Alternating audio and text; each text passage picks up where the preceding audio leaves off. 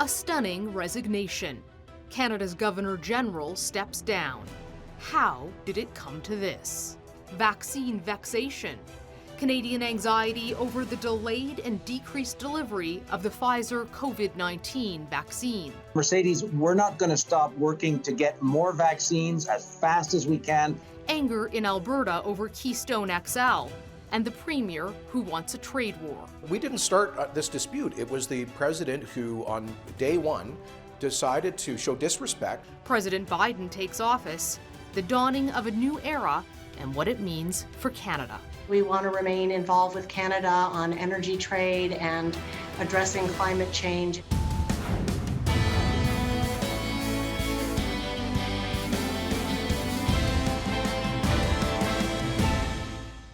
It's Sunday, January 24th. I'm Mercedes Stephenson, and this is the West Block. An extraordinary week in politics. For the first time in this country's history, our head of state, the Governor-General Julie Payette, resigned in the wake of a scathing report about workplace harassment at Rideau Hall. Meanwhile, south of the border, President Biden was sworn in and took office, bringing hope for many, but destroying Alberta's Keystone XL pipeline dreams with the stroke of his pen on his first day in office. It has Alberta demanding retribution. Premier Kenney will be on the show to talk about that, and will also be sitting down with the United States' most senior diplomat in Canada, Katherine Brucker. But first, Canada's vaccine slowdown keeps getting worse. 0 doses will arrive next week in the country, and only half of the promised doses for the first 2 weeks of February will then be delivered. Is Canada falling behind other countries for the golden ticket for a return to normalcy? And what is the Liberal government prepared to do about it? Joining us now is Intergovernmental Affairs Minister Dominic LeBlanc. Thank you so much for joining us, Minister. Before we talk about vaccines, I want to start with what was absolutely the most stunning news of the week: the resignation of the Governor-General of Canada in disgrace after a report on workplace harassment. You were stick handling this file. When did you first become aware of what was in the report? So, Mercedes, we first heard of the allegations around an inappropriate workplace when they came to the attention of Canadians in the media last summer. We quickly hired an outside group of experts to do an independent review of the workplace. It's a group with a national reputation in this kind of difficult work. They completed that report, and we received it at the end of last week, so sort of 10 days ago. I reviewed it over the weekend, and the Prime Minister also saw it. There were conversations with the Governor-General last Tuesday, last Wednesday. She spoke with the Prime Minister, and on Thursday she decided to offer her resignation, which we thought was in the best interest of the institution and of the country, and allows the employees of Rideau Hall to have an appropriate workplace, and it allows a renewal of the leadership at this important institution. Will the former Governor-General keep her pension and all of the other perks that Governor-Generals typically get when they leave office? So the pension, Mercedes, is a function of law. It's in a statute. It's actually in a law that prescribes a retirement allowance that's payable to former governors general that have held the post. So she is entitled by operation of law to that particular benefit. The other benefits are obviously subject to the normal Treasury Board process. And we think Canadians expect a high degree of transparency and rigor with respect to any of these benefits. So the Treasury Board will continue to look at what's appropriate, but the retirement allowance is prescribed by law, and that's exactly what she'll receive. Now, speaking of transparency, one of the costs we really can't see are the costs of Governor-Generals. We can find out for public officials such as yourself, but the average Canadian doesn't have transparency on that. There wasn't a lot of transparency on your vetting process with Julie Payette either. People are saying there were things in her past that were strong indicators she was not an appropriate candidate for the job. Do you feel that you owe the employees of Rideau Hall an apology for what's happened, or for having not done a better job of looking into this candidate? So we recognize, Mercedes, that this is clearly not an ideal circumstance. the vetting process that was done. There's always a vetting process that's done when somebody receives a federal appointment, and clearly one of the most senior appointments being the Office of Governor General. This process can be improved. It can be strengthened. We've already had conversations with the officials that typically do this kind of work to ensure that anything going forward, the vetting process is strengthened, is reinforced. We have enormous respect for the women and men who work at Rideau Hall, some of whom I got to know when my father was lucky enough to have that job 25 years ago. And some of the people are still working there now and have served Canadians and served 5, 6, 7 governors general. Without exception, these were and are extraordinary people. They were so kind to my father when he was there. So we want to make sure these people have a safe, a healthy, and respectful workplace. And that's exactly what we've done. On vaccines, to change gears here, the other big story of the week last week, and really the big story of the week heading into this week, is we're getting 0 doses for the first time since the vaccine started arriving. I know Prime Minister Trudeau spoke with the CEO of Pfizer. What did he say to him? We obviously impressed upon the global CEO of Pfizer the expectation that Canadians have of having access as quickly as possible to the most significant quantity possible of vaccines. That's what's provided for in the contract. The CEO confirmed the company's undertaking that all of the doses that will be will be made up in the end of February and into the weeks in March. We'll receive by the end of March 4 million doses of Pfizer and 2 million doses of Moderna. That is what had been planned. The Moderna doses continue to arrive the first week of February and the third week of February. That's the delivery schedule that we've worked out with Moderna. But this is far from, far from a circumstance that we would have wanted. It's also not totally unexpected.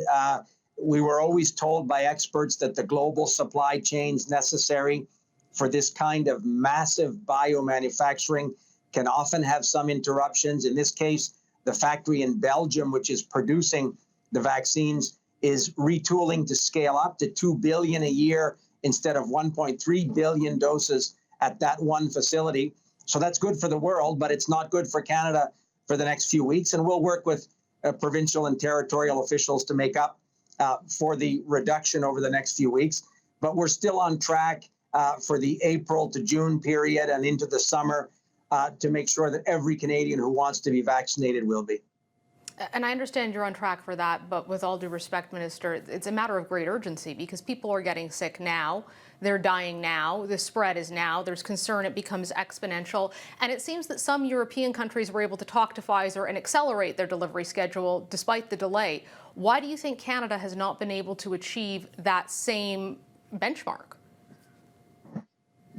So, as I say, we recognize the urgency. We don't in any way diminish what a one-day delay represents in terms of being able to protect Canadians. So that is a priority that we continue to work on day and night. Pfizer made some decisions around different European countries. I read a media report where Pfizer officials said they looked at particularly devastating circumstances in some countries. We think the circumstance in Canada is extraordinarily compelling to receive those vaccines. But Mercedes, we're not going to stop working to get more vaccines as fast as we can. We're very hopeful that in the coming weeks, other vaccines may be approved by Health Canada as safe for use. AstraZeneca, perhaps Johnson & Johnson thereafter. The more options we have for Canadians and the more the number of different suppliers, obviously we can hedge against this kind of delay. So we're very much pursuing all of those options as aggressively does that mean, Minister, as needed to get those vaccines in Canada. Does that mean you might be able to secure extra Moderna doses? The Moderna doses for the month of February and March are already confirmed, as I say. But could you get more of them, I guess, is what I'm wondering? We're talking to Moderna all the time about whether they can bring forward some doses that may be coming in April. Could we get them in March? Some of the ones that were coming in March, could we get them in February? So those conversations are ongoing literally on a daily basis. But for the moment, we're on track to have 2 million doses of Moderna by the end of March. But Mercedes, believe me, if there's ever an opportunity to accelerate some of the huge quantities that we're going to get in April and May and June, if any of them can be brought forward, obviously that would be something that would be immensely beneficial to Canadians. Minister LeBlanc, that's all the time we have for today, but thank you so much for joining us. Well, thanks for having me on the program, Mercedes. Have a great day. Up next, anger in Alberta. Premier Jason Kenney wants retribution against the United States for President Biden's decision to cancel Keystone XL.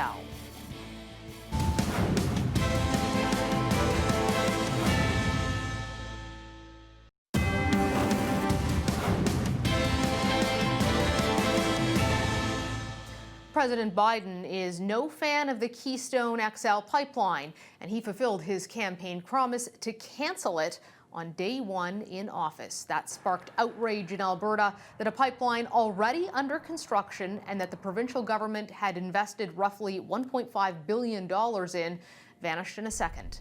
In a heated call with the Prime Minister, some premiers say they want war, and Premier Jason Kenney is calling for trade sanctions against the United States. Meanwhile, the federal government says that they're disappointed, but it's time to move on. Premier Jason Kenney joins me to discuss Alberta's strategy now. Thank you for joining us, Premier. How are you this morning?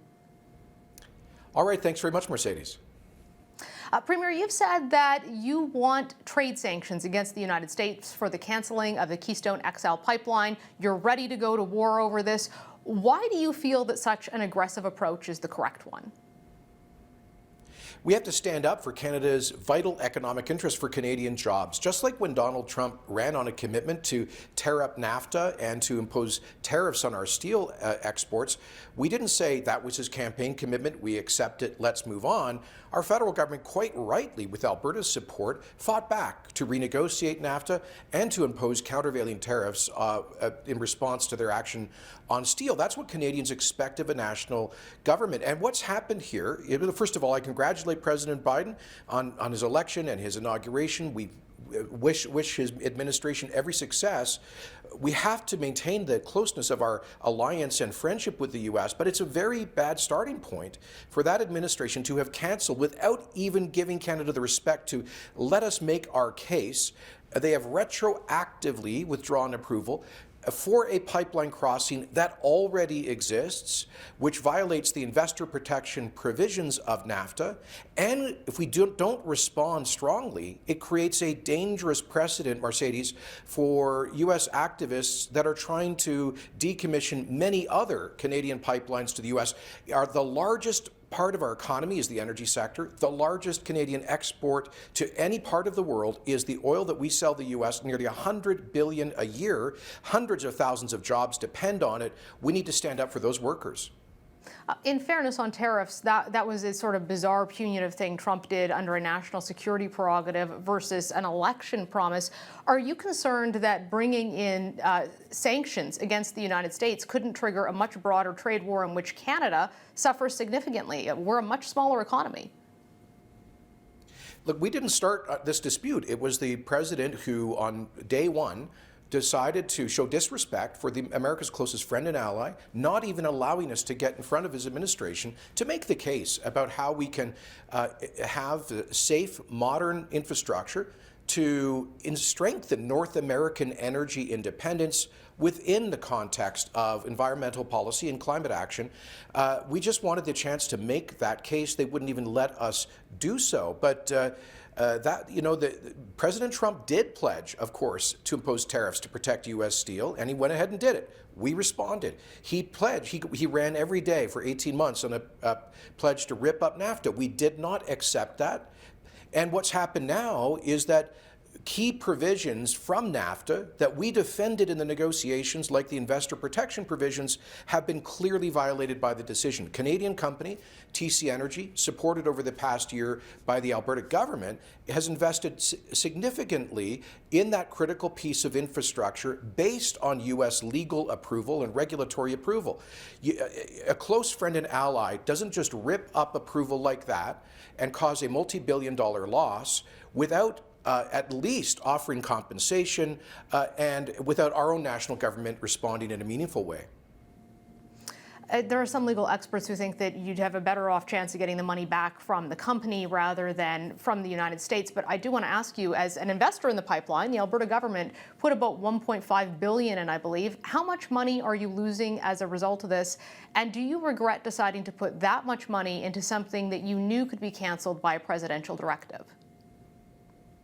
I think any responsible Alberta government would have made the same decision. If we had not supported the construction of Keystone over this past year, the whole question would have been academic. The company would not have proceeded. So our government was elected with a huge mandate from Albertans to fight for pipelines, to get pipelines built. And obviously we are pushing back against a highly coordinated and well-funded campaign to landlock Canadian energy, which is our largest export in the world. And so I make no apologies for taking every reasonable measure to get pipelines built. The federal government spent $7 billion so far on Trans Mountain, and what we've done is to help to create thousands of jobs, at least over the past year, during the COVID recession.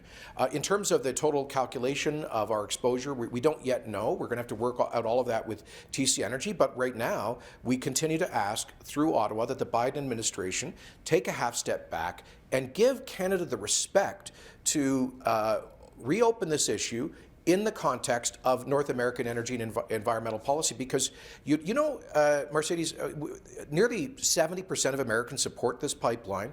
First Nations are signed up to have equity partnerships. The major U.S. construction unions strongly support it. All of the state governments along the route strongly support it. And if they don't procure this energy from a democratic ally with high environmental standards like Canada, they're going to have to buy it from OPEC dictatorships. That's not good for the U.S. It's not good for the world. Premier Kenney, thank you so much for joining us today. Thanks, Mercedes. Up next, Washington's top diplomat in Canada joins us to talk about what the Biden presidency means for us in this country on trade, security, and China.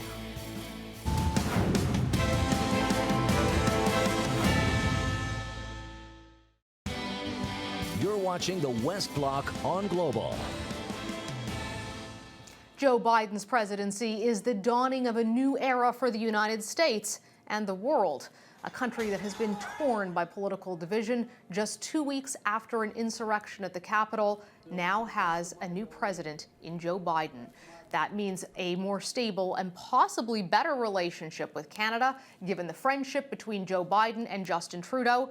But on day one, Biden took a tough stance against Canadian interests, canceling the Keystone XL pipeline. Should Canada be worried about an increasing protectionist sentiment in the U.S.? And what about China? Will a Biden administration be able to free Michael Kovrig and Michael Spavor? Joining me now for the first time on the West Block is U.S. Chargé d'Affaires, Katherine Brucker. Thank you so much for joining us. Thank you, Mercedes. It's really a pleasure to be here today. A big week for America, a brand new president, a very different kind of mandate, a focus on COVID-19. We were saying in that introduction, a lot of people celebrating that, but for some Canadians, a very disappointing first day of the administration with President Biden canceling the Keystone XL pipeline. Do you think that there is any chance that the United States would reconsider that? Well, it's important to know that this is a presidential decision based on a larger climate agenda. It's very important for us. The president has said that the world faces a climate in crisis, and he is looking to be bold on climate. Certainly, we want to remain involved with Canada on energy trade and addressing climate change and environmental protection. And here I'd note one of the really important things that he also announced his first day in office was that the United States was going to rejoin the Paris Climate Agreement. And so we really look forward to working with Canada-U.S. Canada's already obviously a signatory to the Paris Climate Agreement, and to show really our determination to be big on climate. You're certainly aware that the president has named a special envoy on climate, our former Secretary of State, John Kerry. When it comes to Canada-U.S. relations, one of the other promises that President Biden has made is Buy America. And if we're hearing this is how he feels about pipelines, that it's American interests and promises first, which of course is his prerogative as the American president. But do Canadian companies need to be worried that they're going to be caught up and excluded in that Buy America agenda?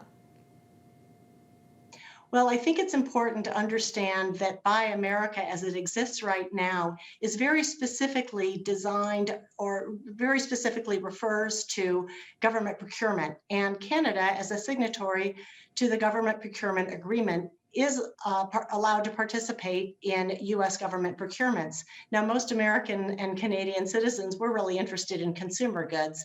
And so here, I think you can't really talk about Buy America unless you're also talking about Buy North America.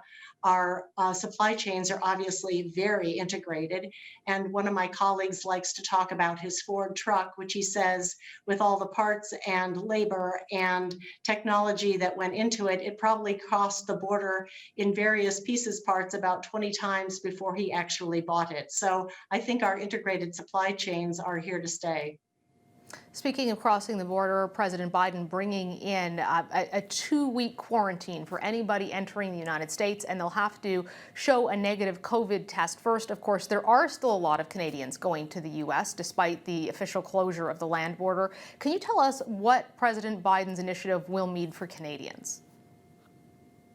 Well, I think it's going to mean very much what it means for Americans coming into Canada. We have to quarantine for 2 weeks upon arrival here, which we all do. And we're still getting more information from Washington on this, but clearly the president has made combating the COVID-19 pandemic a priority. He's issued executive orders about wearing masks in public places, wearing masks in federal buildings. He's taking it very seriously. And this is, I think, part of the global effort that the United States and Canada are already very much involved together on combating COVID-19. And then looking forward to the day that we all want, when our border can be reopened and normal travel can resume. One of the biggest issues for Canadians, of course, in the Canada-U.S. relationship is the extradition request for Meng Wanzhou and the detention of the two Michaels in China. Is this something that's even on the Biden administration's radar screen?